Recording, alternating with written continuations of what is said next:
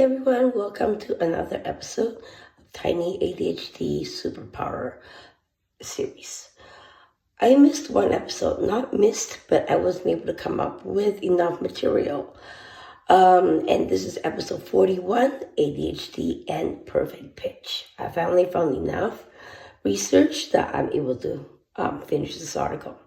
So, there still isn't much information about the relationship between ADHD and perfect pitch, which I'm going to say PP from now. But here's some related information about ADHD and music and about perfect pitch in general. Approximately only 1 in 10,000, or 0.01% of the people are thought to have perfect pitch. Research also suggests that around 20% of the world population has perfect pitch. In music conditioning, 9% of ADHD had worse performance, 61% of ADHD had no change, and 29% had improved performance for one study. Most obviously, though, music increases dopamine neurotransmitter. ADHD is defined by a lack of dopamine. So it's not surprising that there's a real correlation between ADHD people and the music industry. Likewise, we also produce dopamine when we do something new or novel, and dance music is nothing if not constantly novel. It's basically perfect pitch. They consider the long-term memory for pitchers. For me, the long-term memory part is a little different, but I don't want to go off topic. So if you play the average somebody a chord, they can only remember it as long as they're actively humming it or keeping it in mind. And as soon as they're distracted by something else, that memory and that note is gone. However, people with perfect pitch can remember pitches indefinitely. Remember, I don't think that's the right word, but the context is there. So they quickly build up association between a note and what they know. What the note is.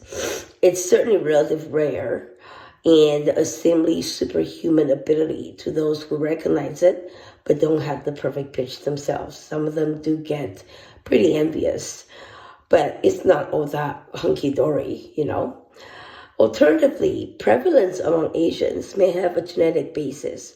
Another study, which did not consider which language subjects spoke, found that 32% of the Asian American music students had perfect pitch compared with 7% of non-Asian American music students. Oh, that's something new for me as well. Regardless of ethnicity, people with perfect pitch are more likely to have similarly talented siblings. No. So here's my quick story. I was the only one with perfect pitch in Taiwan elementary school, 1 out of 6,000. When I came to Canada, I was then only one with perfect pitch in the entire whole high school.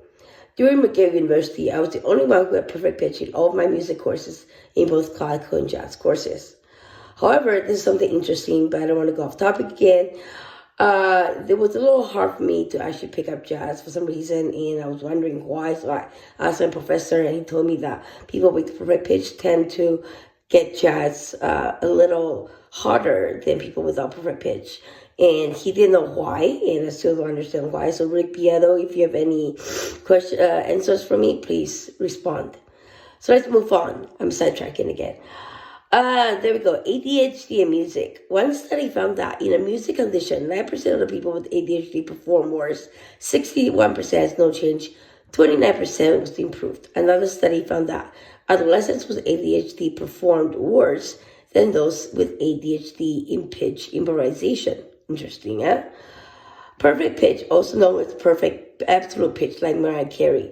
This is the cognitive trait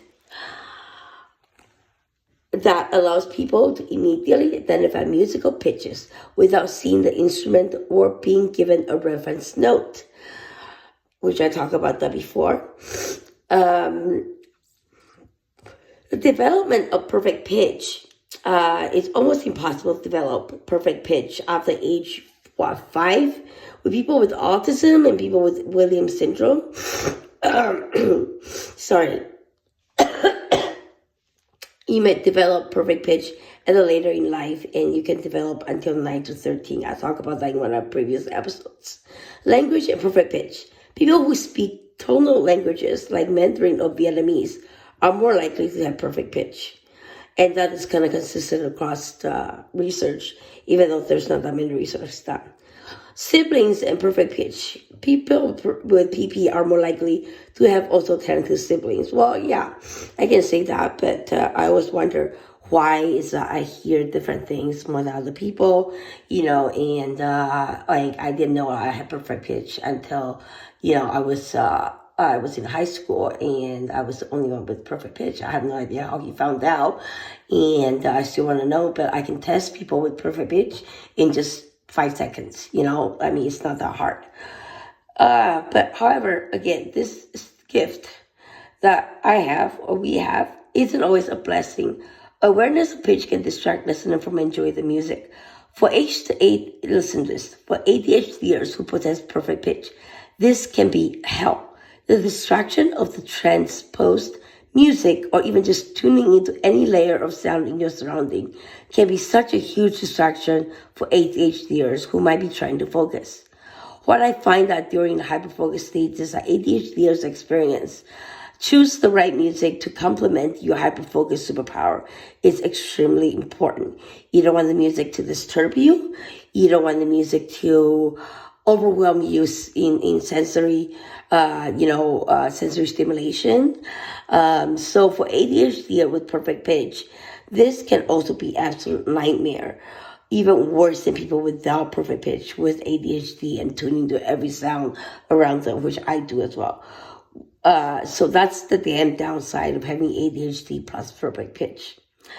So, well, if anyone find out more about scholarly research on ADHD and perfect pitch, please let me know. And please do comment. Thank you again for watching the episode. See you tomorrow.